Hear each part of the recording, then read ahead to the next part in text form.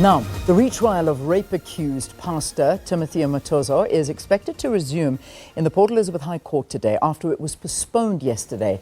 This after the previous judge hearing the matter, Judge Mandela Makaula, recused himself earlier this year following reports that his wife owned a guest house where state witnesses in the trial had been staying.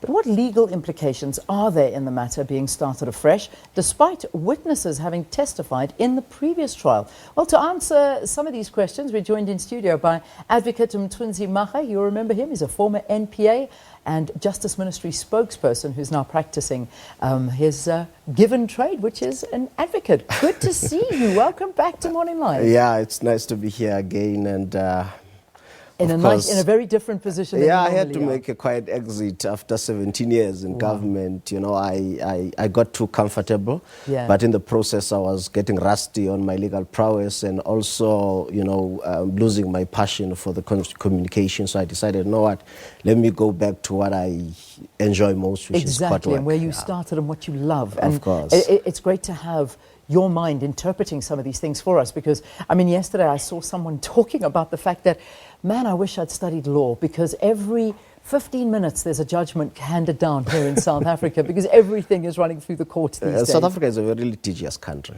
Yeah, amazing. Let's get to the story that we want to cover now. And that, of course, is this the Omotoso case. So we understand that the trial has basically to start afresh. Is that the understanding, that they almost kind of start this whole thing again, even though testimonies have been given from previous witnesses? Unfortunately, that's the situation right now, because when a judge has recused himself, he is actually disqualified in presiding over that case again, which means a new judge, who is now Judge Skuman, will have to preside over that case, and all the witnesses and all the evidence that has been led in the past before the judge recused himself will have to be led again. That means the witnesses will have to be recalled and testify again. Wow. So everything that's been given, the whole trial basically starts afresh. So it starts everything afresh. is given away. It starts afresh. However, the record of the previous proceedings is admissible, which means that they can be cross-examined on what they said before,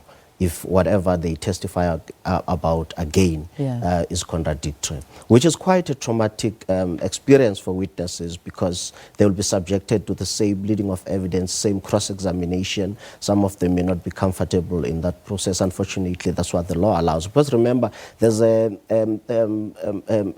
Latin principle in law, which is called nemo iudex in sua causa, which means you can't be a judge in your own case, which means that where there is a reasonable apprehension of bias on the part of one of the parties with the presiding officer, unfortunately, they will have to make an application for that presiding officer to recuse himself, so that the justice is not only done, but is manifestly seen to be done, and there's an indication of independence and impartiality on the part of that judge. If there's a slightest of conflict of interest or personal interest or bias, that is can be demonstrated by the party applying for the judge to recuse himself. Unfortunately, that judge will have to recuse himself. And it is very unfortunate, and I know you mentioned that in the beginning of your answer, because this has been a highly emotive trial, and some of the witnesses, and I bring reference to particularly one witness, and that was Cheryl Zondi. This has been highly televised, it's been emotional, and the witnesses have been given, you know, some things they've had to relive. I mean, this is emotional trauma that they have been through, and now the reality is that they have to relive these alleged incidents over and over again. One can only feel for the witnesses. You also feel for the prosecutor, who will have to recall those witnesses and lead them again. Because remember, a sexual violence case by its nature, it's quite a traumatic ordeal that you have to go through. Now, it can be tantamount to secondary victimization if you go through that process over and over again. Unfortunately, that's what the law provides, and we are in this situation, unfortunately, because the situation is such that they have to be subjected to. Yeah. Is this a common occurrence? Have you seen this happen many times? There are not many cases where judges recuse themselves, because it's not an easy hurdle to pass. It's not easy for a litigant to prove that there is a reasonable apprehension of bias because it should be based on correct facts. Now, in most cases, it's difficult to present evidence that this judge is biased or he has a conflict of interest. It's in rare cases. Even when I was trying to Google and research and find some judgments, you get a judgment in Namibia, you get some here and there in South Africa. So it's not an obvious occurrence that usually happens because it's not easy to prove. Yeah. One has to ask questions, and I suppose a lot of people are critical, thinking, how could Judge Makaula not know that witnesses are staying in his wife's hotel, B&B, or whatever it is that is a bed and breakfast? I mean, how does something like this happen? It's a very sensitive trial, highly publicized. You're the judge overseeing this, and the witnesses are staying in your wife's establishment. I mean, how do you think something like this can go wrong? Well, I'm not privy to the facts. No.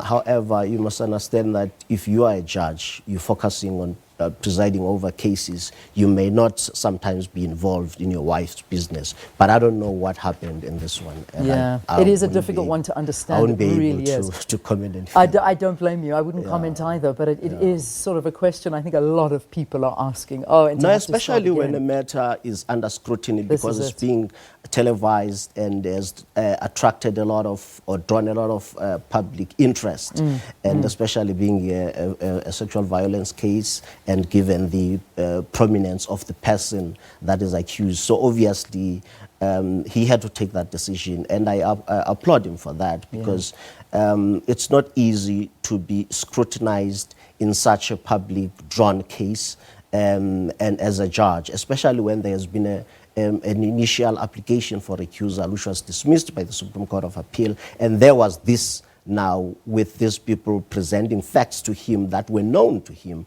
and obviously he had no choice but to recuse himself. Finally, what do you think is going to happen today as we begin?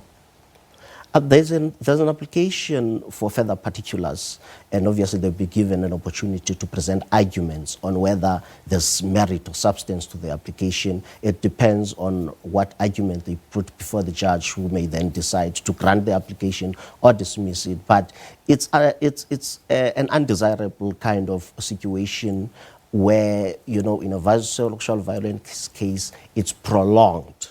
Because remember, now you've got witnesses coming back again, you've got other applications that are coming out, but it's within the right of the legal practitioner to explore any legal avenue in defense of his client. All right, great to have you back with us again, giving us your legal expertise. Advocate Mthunzi Mhaga is a former NPA and Justice Ministry spokesperson. He's now a practicing advocate, giving us insight into the retrial of Pastor Timothy Omotoso, which is expected to get underway this morning in Port Elizabeth. Let's take a very quick break. When we return,